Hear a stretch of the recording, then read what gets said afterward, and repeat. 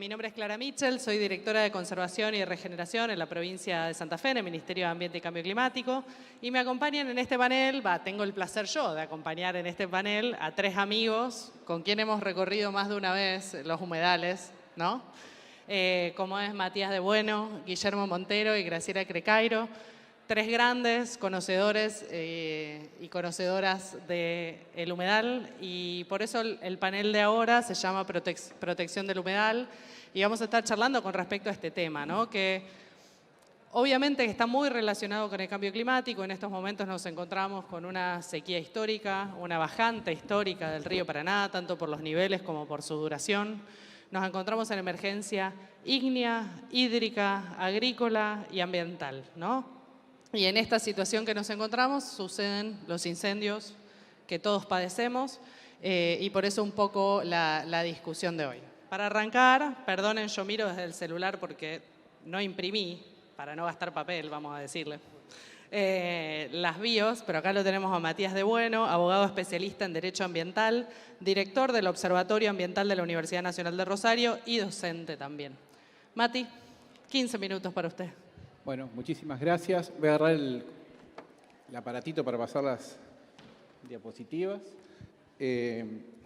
Primero que nada, es un placer compartir este panel. La verdad que me siento honrado con la invitación y con los expositores que me acompañan. Me toca hablar de derecho y política en lo que tiene que ver con la protección de los humedales del Delta, con lo cual, lamentablemente, no me queda otra que ser muy, pero muy crítico con la situación que estamos atravesando. Voy a dividir en unos minutos para distintos temas. El primero, y uno de los que más se está discutiendo en este momento, ley de humedales. Ley de humedales. ¿Necesitamos una ley de humedales para terminar con los incendios? No, en absoluto. No necesitamos ninguna ley de humedales para terminar con los incendios.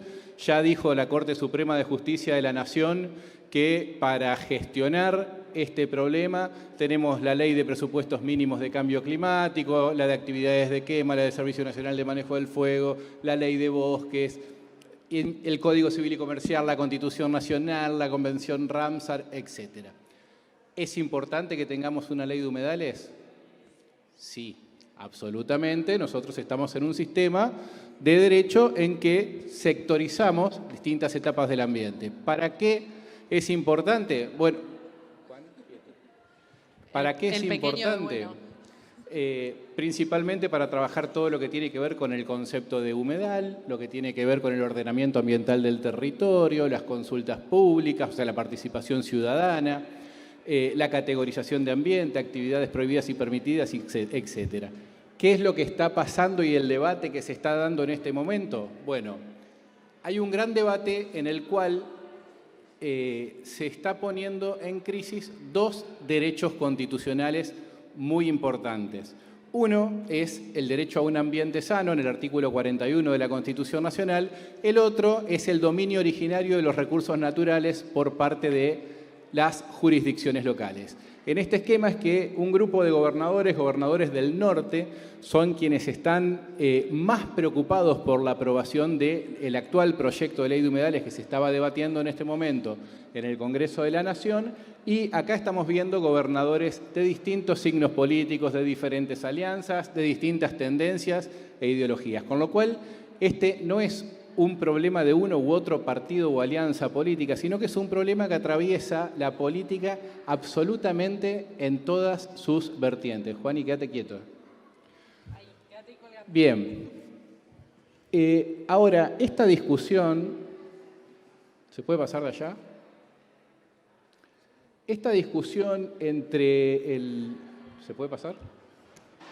Esta discusión entre si las provincias son titulares de los recursos originarios o no, y de que si el Congreso tiene o no la posibilidad de dictar una ley que regule a nivel nacional esta situación, ya fue zanjada. Y fue zanjada en el año 2019 cuando dos mineras, la Barrick Gold y Minera Argentina Gold, también junto a la provincia de San Juan, hicieron un amparo, una acción de inconstitucionalidad o declarativa de certeza ante la Corte Suprema, planteando justamente esto ante la Ley de Protección de los Glaciares. ¿Por qué? Porque obviamente se restringía la producción en los glaciares y ambiente periglaciar, en la cordillera, y evidentemente esto generaba un impacto en la gestión de las mineras. Lo mismo que sucede actualmente con la ley de humedales. Y la Corte lo que planteó en ese momento es que estos artículos no son contrapuestos, estos artículos tienen que ser armonizados.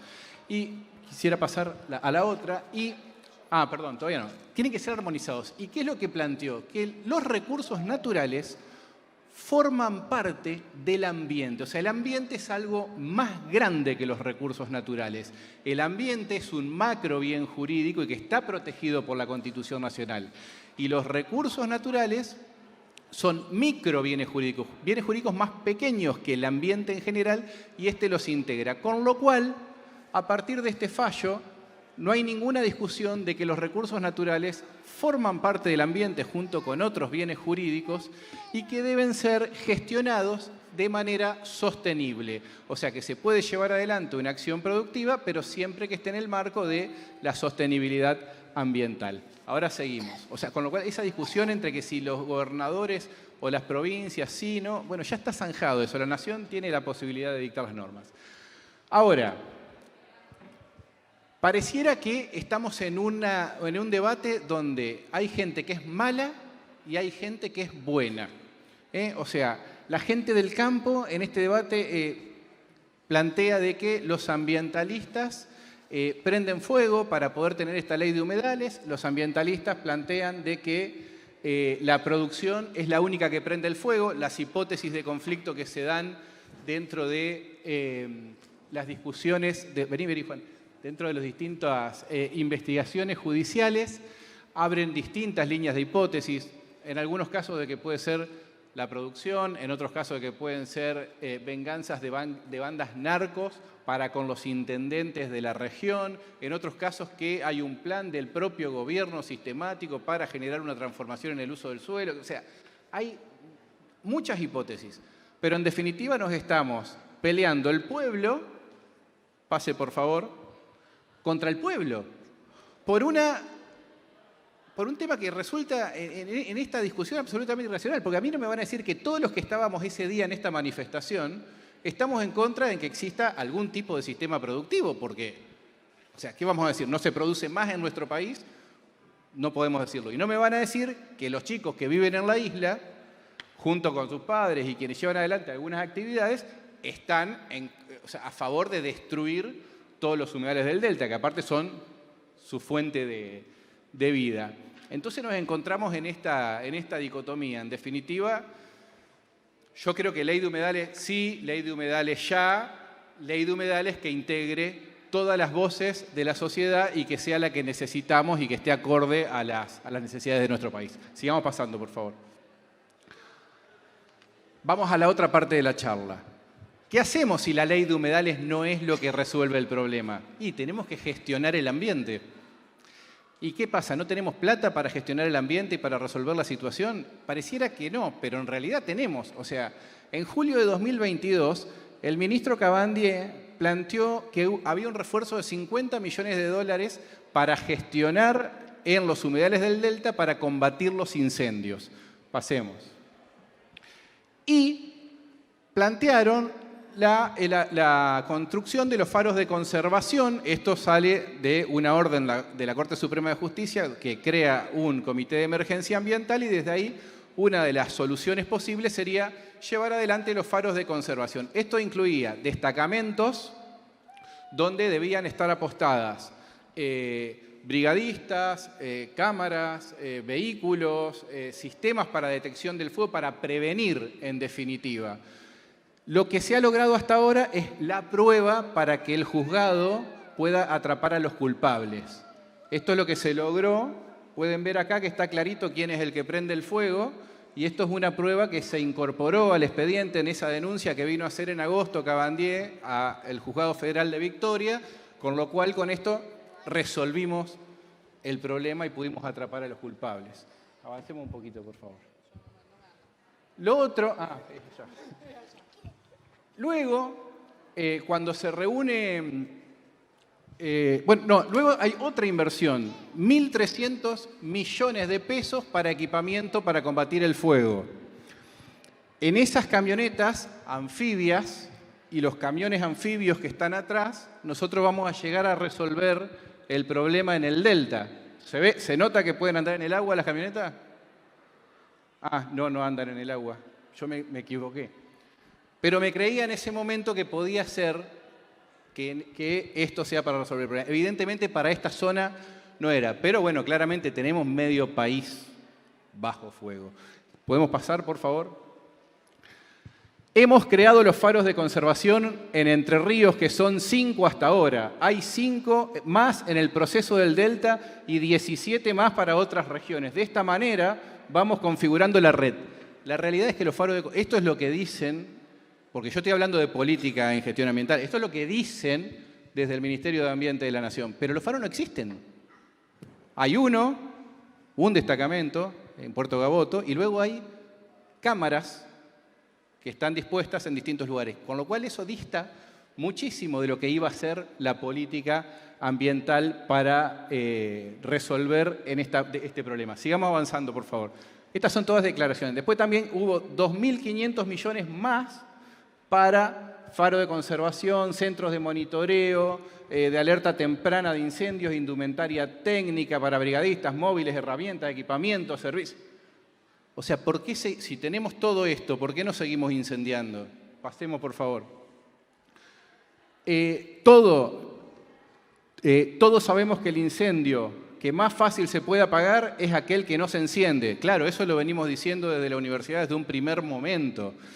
Y hablan de que las acciones van en esa dirección, en la prevención, detección y combate, restauración, etc. Ahora, ¿por qué solamente estamos llevando adelante acciones que apuntan a apagar el fuego una vez que se enciende y no acciones preventivas para que los incendios no comiencen? Si pensamos igual, ¿por qué son tan distintas las acciones en la práctica?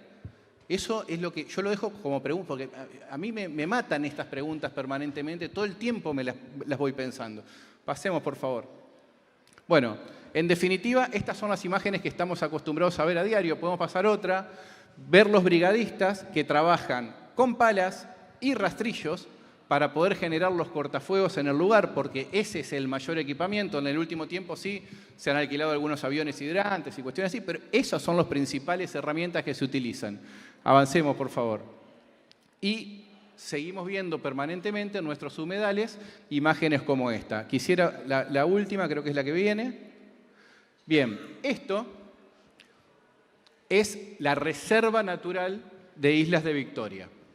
En esta reserva natural, que tuvimos el placer de compartir semanas anteriores una reunión en Victoria, donde sí se están juntando personas del sector productivo, ambientalistas, funcionarios, empresarios, distintos actores, se está trabajando sobre el ordenamiento del territorio de esta región. Se habla de que son aproximadamente unas 400.000 hectáreas. Se están dividiendo en zonas intangibles, tangibles y de usos específicos.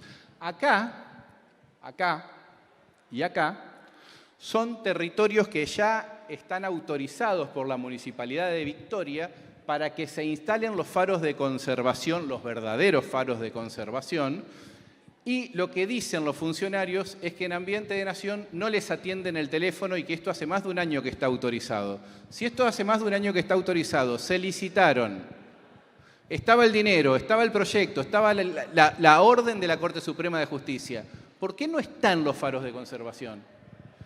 O sea, nos estamos incendiando ¿por qué? ¿Quién lo define a esto?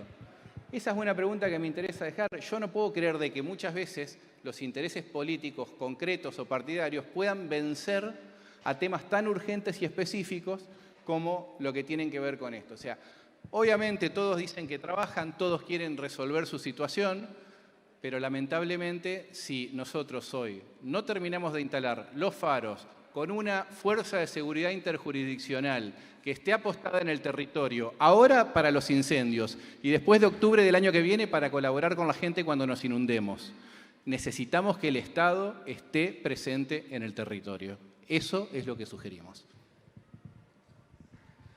Buenísimo. Gracias, Mati. un poco te robó el espectáculo tu hijo, te lo tengo que decir. Estábamos, pero bueno. Bueno, vamos a continuar con Guille. Necesito el pasador de diapo, a ver si pasa. Guille, probalo. No estaba pasando. Guille Montero, un gran amigo, secretario general de la Universidad Nacional de Rosario, ex decano de la Facultad de Ciencias Agrarias, entomólogo, docente e investigador. Entomólogo es aquel que mira a los más pequeños, ¿no? Los insectos en sus distintos aspectos. Y bueno, lo que va a estar contando hoy es una investigación que se hizo en el islote de los mástiles. Bueno, ¿cómo están? Buenas tardes. Voy a hacer tiempo hasta que cambiemos el aparatito a ver si pueden pasar las diapositivas. Bueno, nosotros trabajamos en Isla de los Mástiles y empezamos a trabajar ahí en medio de la pandemia. Elegimos Isla de los Mástiles porque es de jurisdicción santafesina. En esa época no podíamos cruzar el río, ¿sí? Porque estaban las restricciones con prefectura. Isla de los Mástiles queda... no. ¡Ah! Eso, ahora me siento. Bueno, Isla de los Mástiles queda enfrente de Granadero Baigorria, ¿sí?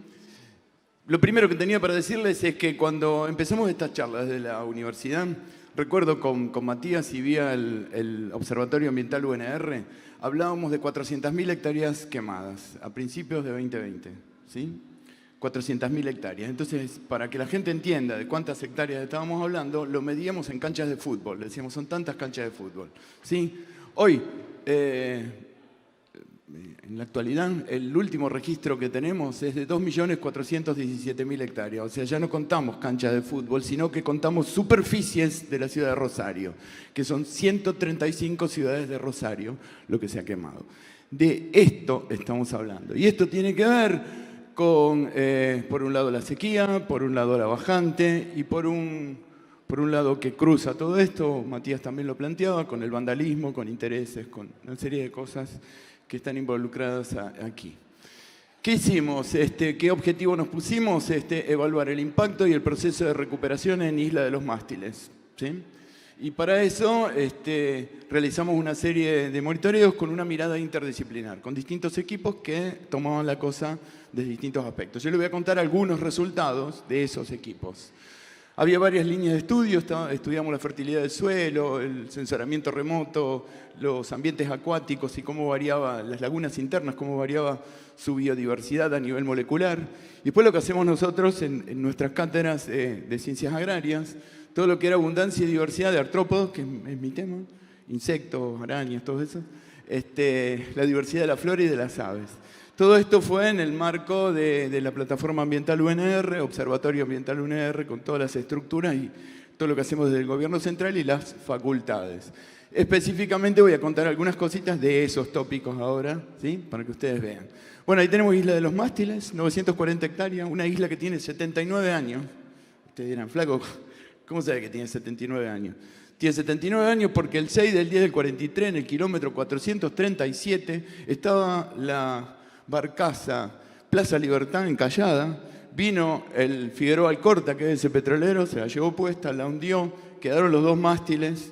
El río empezó a sedimentar hacia el sur, se armó un banco de arena primero, que era lo que yo veía cuando era pibito y vivía en la Florida, y después, en este tiempo, se armó Isla de los Mástiles.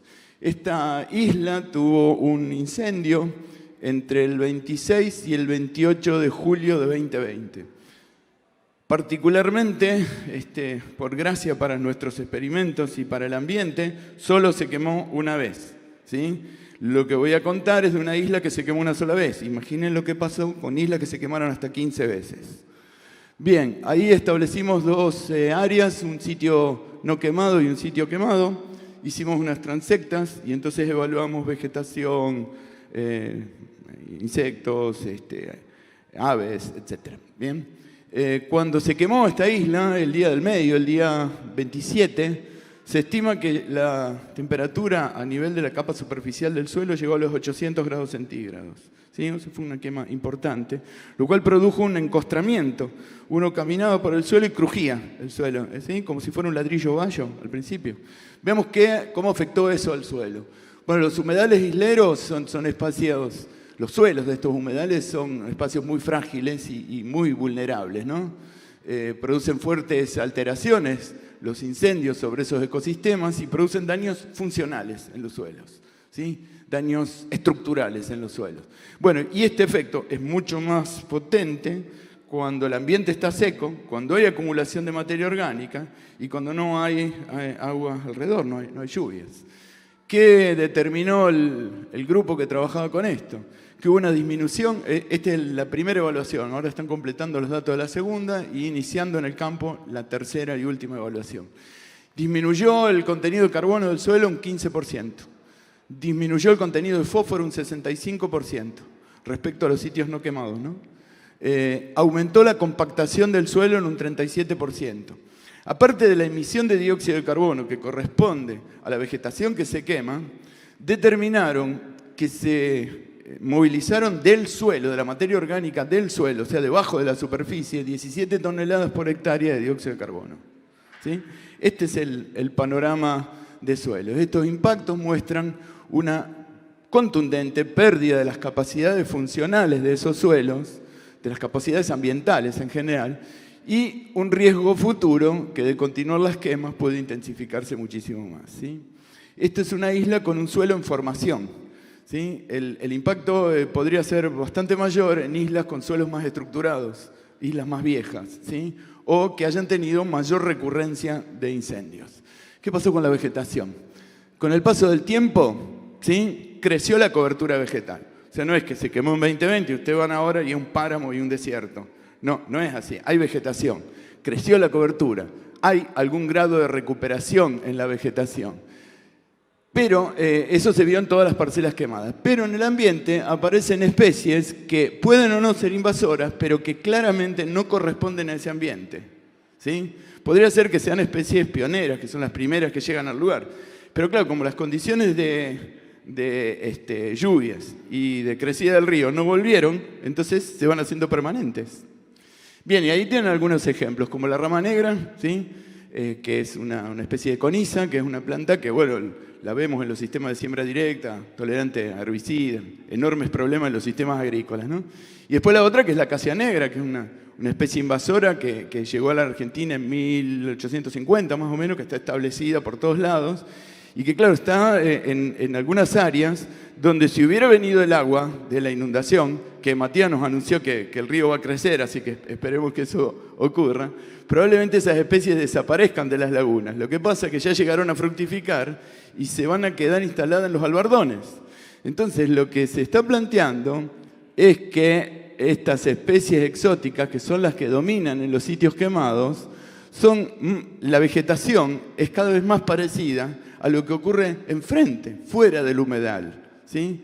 Por eso llamamos eso, como tituló uno de los artículos donde se fue escribiendo, la temida pampeanización del humedal, ¿sí? O sea que cada vez el humedal deja de perder, abandona su identidad de humedal y se va pareciendo más a lo que hay del otro lado.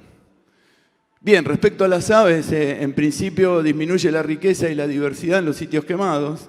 Se ven muy afectadas o más afectadas las aves que anidan en los troncos. Todos los troncos tiznados por la quema no son seleccionados. Y obviamente todas las aves que anidan en el pastizal, ¿no? Porque le liquidamos el sitio de nidificación. Pero no va a ser solo por eso, van a ver que va a aparecer otro factor biológico sobre esas aves. Bueno, en consecuencia, las aves después de los incendios migran, las que logran escaparse, ¿no? ¿Sí? Migran, pierden su sitio de nidificación, migran hacia otros ambientes, pero esos ambientes son cada vez más lejanos y cada vez hay menos, ¿sí? Entonces, cuando vuelven a este sitio se encuentran con un ambiente devastado. Entonces, imaginamos efectos importantes sobre las aves del pastizal de acá a futuro. Y ahora voy a mostrar algunos de esos. Bueno, las aves tienen más prensa que los cascarudos y las arañas y todo eso, que son los que estudio yo. Pero resulta que estos chiquititos, por su tamaño pequeño, por su extraordinaria diversidad, ¿sí? Hay cerca de 1.500.000 especies en el mundo de cascarudos, ¿sí? Y hay 342.000 especies de plantas con flores. O sea que un solo orden de cascarudos, de insectos, es mucho más que todas las plantas con flores que hay en el mundo. Para que se den una idea, ahí está la diversidad de la naturaleza, con estos animales. Por eso es que los estudiamos y son muy buenos indicadores de la heterogeneidad del hábitat, de la biodiversidad que hay en el ecosistema y del estado de estrés al que está sujeto el ambiente, ¿sí? Capturar algunos de estos bichos y que se mueran en una trampa no produce un efecto sobre el ambiente. No podríamos hacer lo mismo con las aves, las tenemos que mirar, observarlo, con los mamíferos, ¿sí? Bien, por eso sirven tanto los chiquititos. Entonces, muchas de estas especies pueden ser indicadoras del estado general del ecosistema. ¿Qué vemos cómo hacemos para mostrarlo? Nosotros somos los más baratos de todo el equipo, porque usamos unas trampas, eso se llaman trampas Pitfall, son vasos como los de miel, ¿sí? De 1 kilo. Se ponen al ras del suelo, van los bichos caminando, pumba, te se caen adentro, vamos a la semana y los contamos. El líquido que tiene es el líquido conservante para que duren una semana, que es ácido acético al 10%, que no es contaminante. O sea, nosotros hacemos picles a los bichos, ¿sí? Bien, realizamos 4 muestreos, que fueron a los 120 días de que estuvo el disturbio. Eso coincidía con una primavera. A los 262 días, o sea, nos alejábamos del disturbio, ¿sí? Pero a los 262 días estábamos en un otoño. Entonces podía ocurrir que las diferencias que encontremos a la medida que nos alejemos del disturbio no se deban a esa recuperación, sino que se deban a la estacionalidad. Entonces lo que hicimos es repetir esto en otra primavera y en otro otoño. Por eso el estudio llevó 2 años, ¿sí? Capturamos con todo el esfuerzo de muestreo que hubo 18.234 individuos, ¿sí? Esto es 18.000 bichos que pasaron uno por la lupa para poder ver qué especies son. Encontramos 260 especies diferentes, ¿sí? Por eso hablo del poder que tiene la diversidad con estos animales, que se agruparon en 4 clases, 21 órdenes y 99 familias. ¿Dónde se imaginan ustedes que había más bichos? Ya sé, me van a decir, en el lugar que no estaba quemado, ¿sí? No. ¿Qué pasó? Había más cantidad, n es número de individuos, había más insectos en el sitio quemado que en el sitio no quemado. ¿Qué quiere decir? ¿Que podemos quemar? Total, no pasa nada. ¿Quememos y promovemos que hay más bichos? No, porque vamos a ver quién está, por qué está y qué puede ocurrir con lo que está en estos lugares. En cuanto al número de especies, se encontraron en todo el experimento 212 especies en el sitio quemado y 196 especies en el sitio no quemado. O sea que no hubo mayores diferencias. Pero eso hay que ver cómo evoluciona en el tiempo y dónde aparecen las diferencias. Lo que está claro es que el número de individuos y número de especies no hablan de la diversidad. Es otra cosa la diversidad que es un poco más compleja y vamos a ver si podemos meternos en esa complejidad. Miren, si analizamos ahí abajo está el tiempo postdisturbio en la X, ¿sí? Entonces van viendo 120 días, 262, etc. Y arriba el porcentaje de riqueza, la riqueza relativa, o sea, la cantidad de especies. Lo que está en negro corresponde a las especies que son exclusivamente del sitio quemado. O sea, están en el quemado y no están en el no quemado. Las de arriba, las que están en gris, son las que están en el sitio no quemado y no están en el quemado. Y las que están en el medio están en los 2 lugares. Si hay recuperación, en la medida en que pasa el tiempo, se van a hacer cada vez más chiquitas las exclusivas y van a ser más grandes las que están en el medio. Se supone que en algún momento, si es todo igual, pues los ambientes eran semejantes originalmente, debería agrandarse la parte central, ¿sí? La tendencia se va viendo, o sea que estamos viendo que hay un nivel de recuperación. Pero ¿qué pasa en el medio? ¿Cómo podemos desentrañar esto? Veamos, no se asusten. Nosotros cuando estudiamos comunidades, en realidad una comunidad es una matriz de datos. Una matriz es una nube, ¿sí? Y una nube de datos es un espacio matemático. Entonces, para estudiar los espacios matemáticos, lo que hace uno es proyectar esa nube sobre 2 planos y entonces trata de entender cómo se ordenan las muestras. Este sería el ordenamiento de los datos de Isla de los Mástiles en este tiempo. Ahí las que están en azul es el sitio no quemado y las que están en negro es el sitio quemado. Claramente son diferentes, ¿no? Así que vieron que la abundancia ha marcado una cosa, la riqueza ha marcado otra, pero ven que en el tiempo hay un efecto, ¿sí? Que vamos a tratar de dilucidar. Bien, a su vez, cuando analizamos los ejes, el eje X y el eje Y, que son los que nos indican la mayor variancia del experimento, dónde está la clave, dónde está la variación. En el primero se ve claramente que el tratamiento, que en este caso es el ambiente, es lo que marca la diferencia. O sea, de un lado quedan los quemados, del otro los no quemados. Y el segundo eje era la estacionalidad. Arriba quedan las primaveras y abajo quedan los otoños. O sea que estuvo muy bien ese tino de haber muestreado durante 2 años para poder entender lo que ocurría, ¿sí? Bueno, naturalmente esto se desarrolla más. Vamos 15. Sí, ya estamos. Bueno, ya lo termino. La abundancia entre sitio quemado y no quemado, como ya dije, como lo marcó. Acá, ¿cuál es el problema con la abundancia? Que aparece una hormiga. Que es esa hormiga, se llama hormiga argentina de fuego. Que es una hormiga que es omnívora, pionera, dominante. Es una hormiga invasora y que puede tener efectos sobre las aves. Si vemos la riqueza no difiere en los primeros días, pero la riqueza en el sitio quemado después es mayor que en los sitios no quemados. ¿Por qué hay riqueza en el lugar quemado? Porque ahí se establecen algunas plantas que son plantas pioneras y hay herbívoros que atacan esas plantas pioneras. O sea, esa riqueza es temporal y está mientras estén esas plantas. Cuando venga la inundación y no estén esas plantas, esa riqueza disminuye. Entonces el efecto que hubo sobre la riqueza va a ser mayor. Ahí están 2 especies de plantas pioneras con los bichos que están encima, 2 herbívoros en ese caso, y ahí un predador que ya vino a comerse a las larvas del herbívoro. ¿Sí? La diversidad siempre, ya te lo termino, claro, la diversidad siempre fue menor en el sitio quemado que en los sitios no quemados. Acá se ve la diferencia con claridad, que era la que mostraba el otro análisis. ¿Qué nos preocupa en todo esto? Nos preocupa cómo esto está influenciando las cadenas tróficas. Básicamente nos preocupan esos pajaritos, que son las aves nidícolas, las que nacen prematuramente con los ojitos cerrados sin plumas, que la alimentan los papás al principio, ¿sí? Porque esas especies son atacadas por esa hormiga, que es Solenopsis cebísima, la hormiga argentina de fuego, ¿sí? Entonces puede haber predación sobre esas aves, que eran las que les había dicho al principio, que les habíamos eliminado el sitio de nidificación. Entonces ahora, aparte de eso, tenemos una especie que se instaló ahí, que se come sus pichones, ¿sí? Estas son las aves del pastizal que son afectadas, que tienen esos pichones, para que ustedes las ubiquen y las conozcan. Ese es un nido de chingolito, el que está ahí arriba, ¿sí? Ahí está la fecha en que lo encontramos, entre medio de la coniza, ¿sí? Si lo ven un poquito mejor, arriba tenía un solo huevo, ahora ya puso los 3 huevos.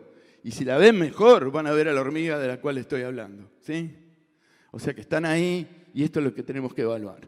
Bueno, por último, esto lo contamos porque desde la universidad pública entendemos que hay que investigar y publicar en las mejores revistas, pero hay que contarle lo que vamos haciendo a la gente, ¿sí? A los legisladores, a los políticos y a las personas y a los militantes, ¿sí? Para que esto pueda transformarse. El conocimiento tiene que estar al servicio de todos. Ya termino con esto. Los incendios provocan claramente una marcada disminución en la biodiversidad. Además provocan un cambio en la composición específica, cambian las especies que hay en un lugar y en el otro, de las comunidades de insectos, de aves y de plantas. En definitiva, nosotros decimos que no es tan importante preguntarse en cuánto tiempo se va a recuperar este ambiente, si en 30 o en 300 años. 30 es la mitad de la vida de Isla de los Mástiles y 300 es la antigüedad de la ciudad de Rosario. No sé cómo medimos si se recupera en 300 años, ¿sí? Lo único que nosotros estamos marcando, que acá lo que está pasando es que el fuego está consumiendo la identidad del humedal. Eso es lo que más destacamos. Bueno, les agradecemos, ese es el equipo de trabajo. Muchas gracias. Gracias, Guille. Bueno, el Guille es un apasionado por esto, ¿no? Y transmite justamente eso. Hay una pequeña partecita ahí de esperanza de que algo se está recuperando también, ¿no? Como para una lucecita. Bueno, vamos a continuar con Graciela Clecairo, otra gran amiga que también ha visitado el islote de los mástiles en varias oportunidades. Graciela es licenciada en genética, doctora en ciencias agrarias, investigadora y docente en la Facultad de Ciencias Agrarias de la UNR. Bueno, buenas tardes, gracias por la invitación, gracias por quedarse también hasta el final. Bueno, primero quiero agradecer a Daniela la invitación y la verdad que es un placer compartir el panel. Me toca pensar un poquito qué hacemos con el manejo y la conservación de los humedales, sobre todo en un contexto tan complicado como el que describieron antes Matías y Guillermo. Así que para empezar los voy a invitar a mirar esta imagen y a que piense cada uno qué significa para ustedes ese paisaje. Esta imagen es de la zona de islas frente a la ciudad de Rosario, pero es una foto que tomamos en el 2018, en un año en el que el agua estaba presente. Y seguramente alguno podrá pensar en esa imagen y pensar en algún emprendimiento turístico, por ejemplo, dada la cercanía que tenemos con la ciudad de Rosario que vemos ahí al fondo. Alguno podrá pensar en algún emprendimiento más productivo, alguno podrá pensar en la utilidad que tiene ese sistema humedal para, por ejemplo, filtrar y depurar contaminantes que resulten de la actividad productiva, de la actividad industrial, por ejemplo, y alguno podrá pensar en ese lugar como un área protegida. Y bueno, todas esas formas de pensar este sistema, de pensar este humedal, tienen que ver con nuestra escala de valores, tienen que ver con lo que pensamos como sociedad y con lo que nos rodea. Este año recibimos en la facultad a un investigador que nos hacía pensar mucho en los valores que nos acercan a los sistemas naturales y eso es un poco lo que me gustaría que pudiéramos discutir hoy o que por lo menos nos quedáramos pensando. ¿Cómo pensamos el manejo de estos sistemas? Los autores que trabajan hoy en día en Biología de la Conservación, nosotros desde la cátedra dictamos Biología de la Conservación para la licenciatura en Recursos Naturales y discutimos mucho estos conceptos con nuestros estudiantes y los autores hoy en día están planteando que cualquier acción de manejo que pensemos para un sistema natural, en particular hoy, por ejemplo, para nuestros humedales, tiene que estar o va a estar atravesada por la ética que llevamos dentro y que imprime nuestra acción diaria. Entonces, para esa imagen que veíamos recién, por ejemplo, podemos pensar el manejo y preguntarnos toda esta escala de preguntas que vemos acá antes de decidir qué hacer con ese sistema. Entonces deberíamos pensar cuál es la acción de manejo propuesta, si queremos hacer un emprendimiento turístico, cuál es la acción de manejo, cuál es el propósito de esa acción, qué valor vamos a producir. ¿Vamos a producir solamente un valor económico? ¿Vamos a producir un valor cultural, un valor espiritual?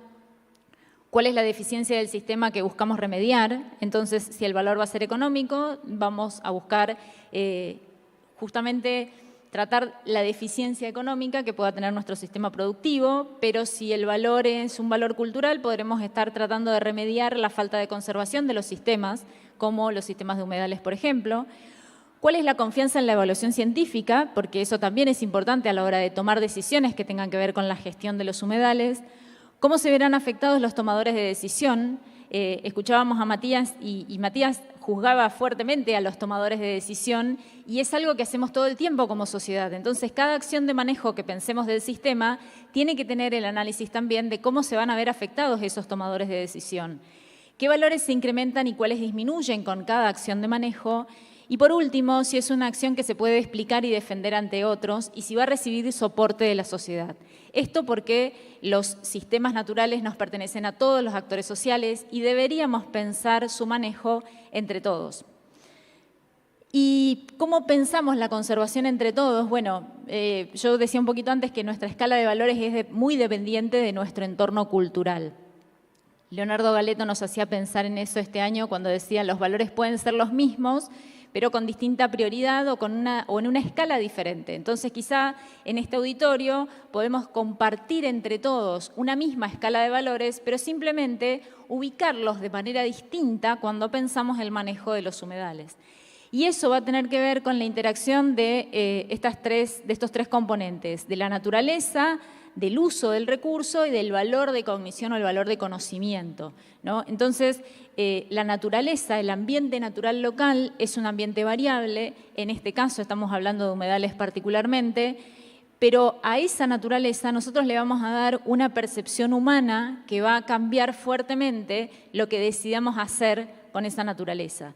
Y a su vez, todo eso va a estar influenciado por la economía humana. No hay decisión de manejo o decisión de conservación que se tome aislada de la economía humana, porque si no, tampoco funciona y tampoco se puede sostener en el tiempo. Cuando cerraban el panel anterior, mencionaban al informe Brundtland y a esto de el hecho de que sea transgeneracional cualquier decisión de manejo.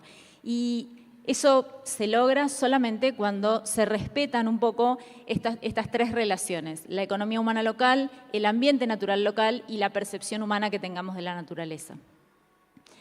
Y si pensamos en manejo y pensamos en conservación, mi charla siempre está muy sesgada a la conservación de la biodiversidad, tenemos que reconocer que hay un cambio histórico desde el comienzo de la conservación que va desde la preservación, tratando de excluir por completo al ser humano de los sistemas naturales, hacia la conservación que nos integra un poco más como sociedad. Entonces, podremos reconocer a personas como Emerson, Thoreau, John Muir, por ejemplo, que pensaban la conservación como una misión muy moral, y en ese momento histórico es cuando surgen los parques nacionales, que quizás sea una de las formas de conservación que más conocemos o que tenemos más presentes todos. Entonces podemos mencionar a Yellowstone, por ejemplo, que es el primer parque nacional reconocido como tal, pero también al Parque Nacional Iguazú, que es de los 2 primeros parques nacionales que tenemos en nuestro país y el 5º a nivel mundial. Pero esa visión de la conservación, de excluir al hombre y de pensar lugares que simplemente sean lugares que visitemos, pero que visitamos y nos vamos y que están ahí para preservar la naturaleza y nada más, esa visión fue cambiando con el tiempo, por suerte diría yo, y esto es una opinión personal, para pensar en un aprovechamiento más democrático o más sostenible de la naturaleza, para pensar en una conservación que involucre también a las sociedades humanas. Entonces ya dejamos de ver simplemente a la conservación como aquella acción que se lleva adelante dentro de las áreas naturales protegidas, dentro de los parques nacionales, por ejemplo, y empezamos a pensar en otro tipo de áreas naturales protegidas u otros tipos de manejo de la naturaleza que impliquen también acciones de conservación. Y que impliquen también acciones de conservación porque tenemos que pensar en cuáles son las contribuciones de la naturaleza a las personas.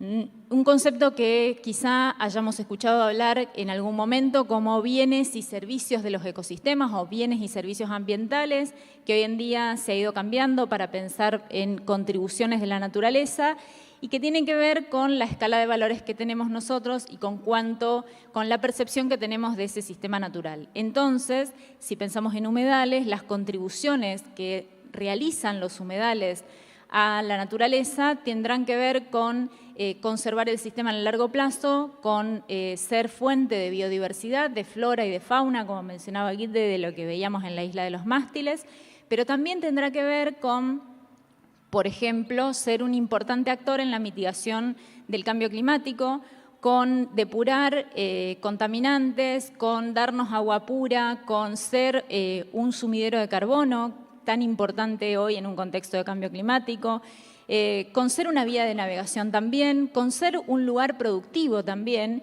y eso va a cambiar en función de qué tipo de actor social seamos, esa visión que tengamos.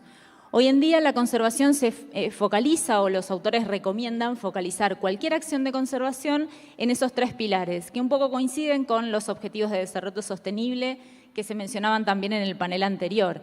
Entonces, cualquier acción de conservación tiene que ser ecológica, social y climáticamente inteligente o sabia, ¿sí? Entonces tenemos que pensar no solo en el componente natural como tal, sino también tenemos que pensar en el componente social y también tenemos que pensar en el componente climático. Y yo diría que hoy en día cualquier acción de manejo que realicemos sobre los humedales tiene que ser pensada en un contexto de cambio climático, porque el cambio climático nos atraviesa y cualquier acción que realicemos tiene que poder sostenerse en el tiempo en un contexto que puede ser cambiante. En este sentido, les voy a contar 2 experiencias de las que formamos parte que tienen que ver con la gestión de humedales y una de la cual no formamos parte pero que me gusta mucho y por eso la quería compartir. Primero nos involucramos desde el año 2018 en la elaboración del plan de manejo de la Reserva Municipal Los Tres Cerros. Estamos todavía trabajando en eso.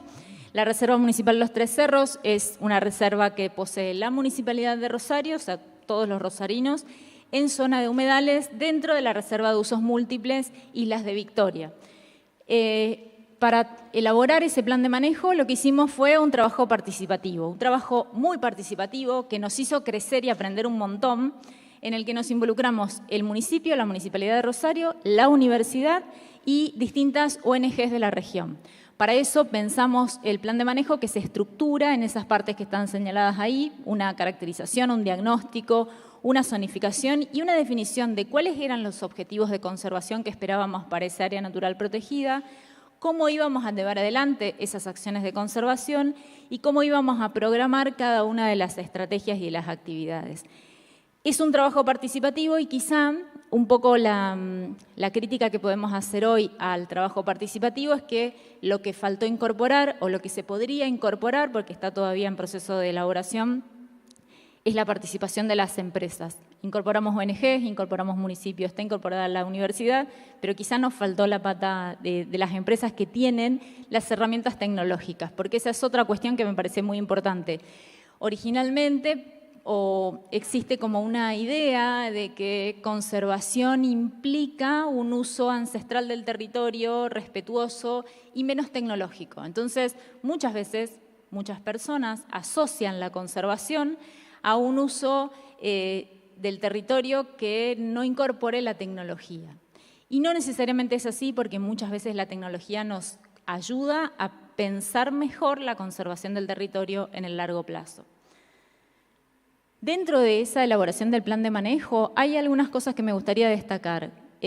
Cuando trabajamos participativamente, trabajamos en talleres de discusión e identificamos cuáles eran las fortalezas y las oportunidades que tenía la reserva. Y la principal fortaleza que identificaron todos los actores tiene que ver con que existe un comité intersectorial que está integrado por múltiples actores, que son justamente el municipio, la universidad y distintas organizaciones de la sociedad civil.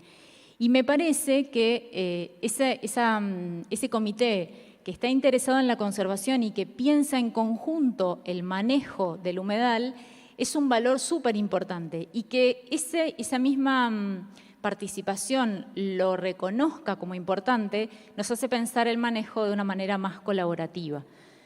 Por otro lado, y solo a modo de ejemplo, cuando pensábamos cómo realizar la conservación del sistema, uno de los objetivos que nos planteamos era integrar a la gestión de la reserva en redes de colaboración conformadas por organismos e instituciones relacionadas.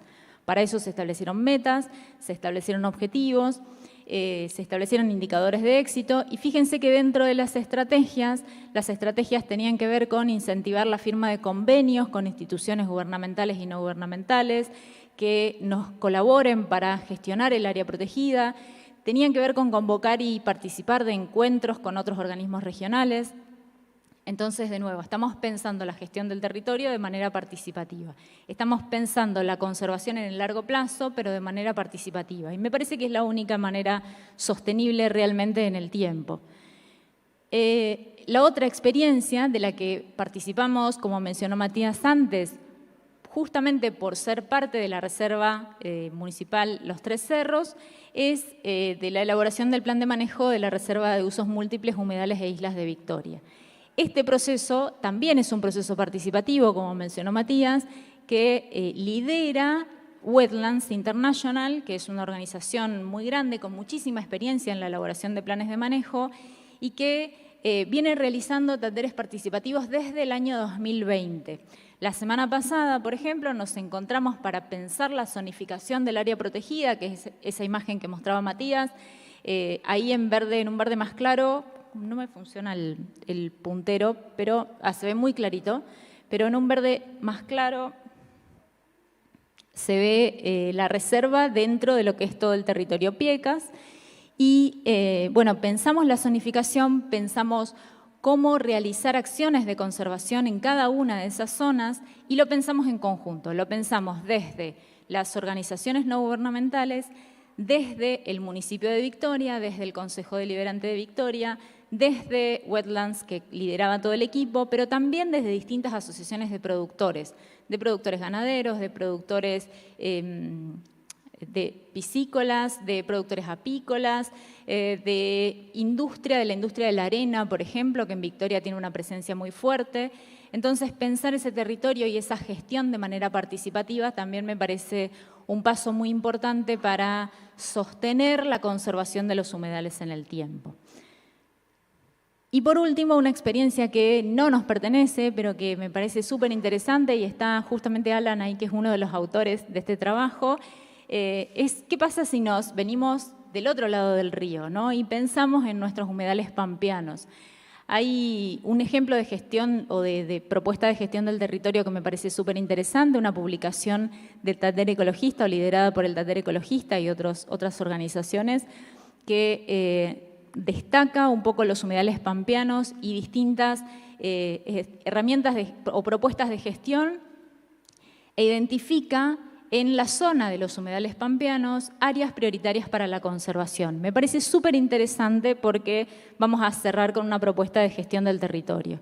En ese trabajo se plantean problemáticas asociadas a la cuenca del Ludueña, que es una cuenca bastante grande que termina desaguando en el Paraná. A ver si logro.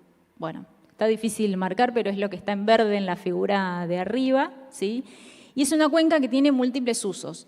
Tiene usos agropecuarios, tiene un uso urbano, tiene obras hidráulicas que se realizaron en la cuenca para evitar inundaciones aguas abajo, pero que implican una transformación de ese sistema, de ese humedal, con lo cual estamos modificando la capacidad de brindar servicios o de que podamos obtener esas contribuciones de la naturaleza. Y también destacan los autores factores que tienen que ver con la pérdida y degradación de los humedales. Entonces se suman a los usos que estaban mencionados antes la actividad industrial como una actividad de riesgo para la gestión de los humedales. Y los autores hacen hacia el final, y ya termino, Clara, una propuesta que tiene que ver con ordenamiento ambiental del territorio como una herramienta de gestión, que me parece súper importante y que me parece un lugar en donde pueden interactuar todos los actores sociales que están presentes en el territorio. Entonces, para cerrar, ¿cómo pensar el manejo de los humedales más allá de las áreas protegidas, que quizá es la imagen que tenemos por ahí más fresca, ¿no? Primero, pensar en el PIECAS y en la utilidad del PIECAS, de este Plan Integral Estratégico para la Conservación y Aprovechamiento Sostenible de la región del Delta del Paraná. Eso es pensar interjurisdiccionalmente, eso es que piense nación junto con provincias, junto con municipios de la región. Por otro lado, me parece que son fundamentales las leyes de presupuestos mínimos, en particular la ley de humedales en este caso, integrar a todos los actores sociales, y para eso son fundamentales las herramientas del diálogo y la gestión. Entonces necesitamos que todos los actores sociales que están involucrados en los humedales nos sentemos a conversar y pensemos entre todos qué queremos de estos sistemas, cómo los queremos en el largo plazo y qué acciones vamos a tomar, pensando muy bien en esa cadena de eventos que se desata que veíamos en una de las diapositivas del principio.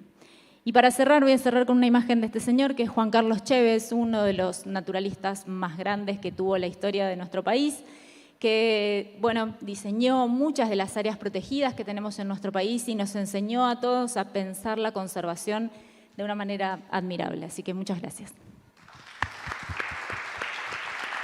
Buenísimo, gracias, Gra. Bueno, con esto cerramos el panel reforzando un poco también el reclamo de ley de humedales, ¿no?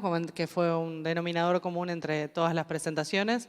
Y bueno, esperando que todo esto despierte en ustedes una idea también de cómo gestionar diferente y no solo quejarnos del humo cuando aparece, sino también tomar una postura más activa en el cuidado de todos los humedales, ¿no? Así que bueno, muchísimas gracias, Guille, Mati y pequeño Mati.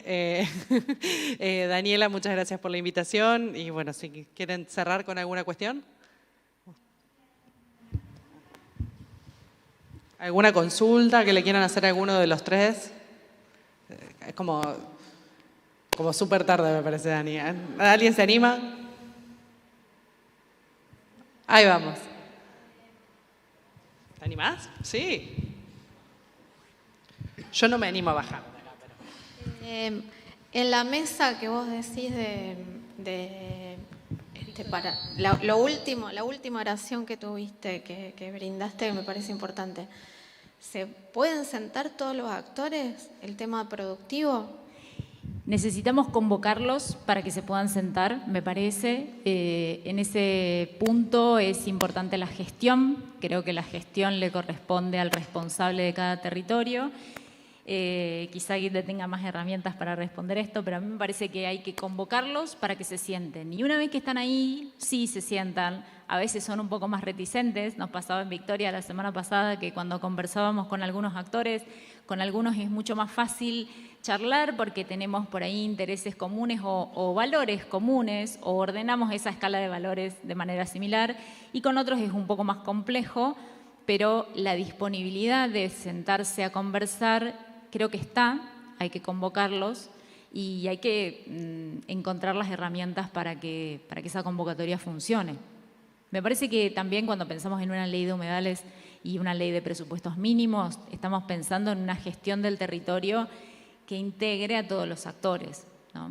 Pensar entre todos qué vamos a hacer con los sistemas, cómo vamos a conservar, cómo vamos a producir, dónde, etcétera. Guille, ¿querés agregar algo? No, reforzar eso y se tienen que sentar. O sea, es necesario, ¿sí? Estamos pensando cómo hacer todo el plan de manejo de Isla de los Mástiles, con más o menos los mismos actores en un sitio que es un poco más pequeño. Tenemos que hablar, obviamente, con la gente que vive allí y que produce allí. Y tenemos que encontrar acuerdos. En este país tenemos que encontrar acuerdos. Tenemos que poder dialogar. Estamos todos locos si no. Bueno, nada, perdón, pero yo lo veo así. Apasionado, como el Guille. ¿Alguien más? ¿Alguna otra consulta, pregunta que quieran hacer? ¿Comentario? ¿No? Bueno, cerramos acá el día. Dani, ¿vos querés decir algo? ¿No? Ahí estamos. Bueno.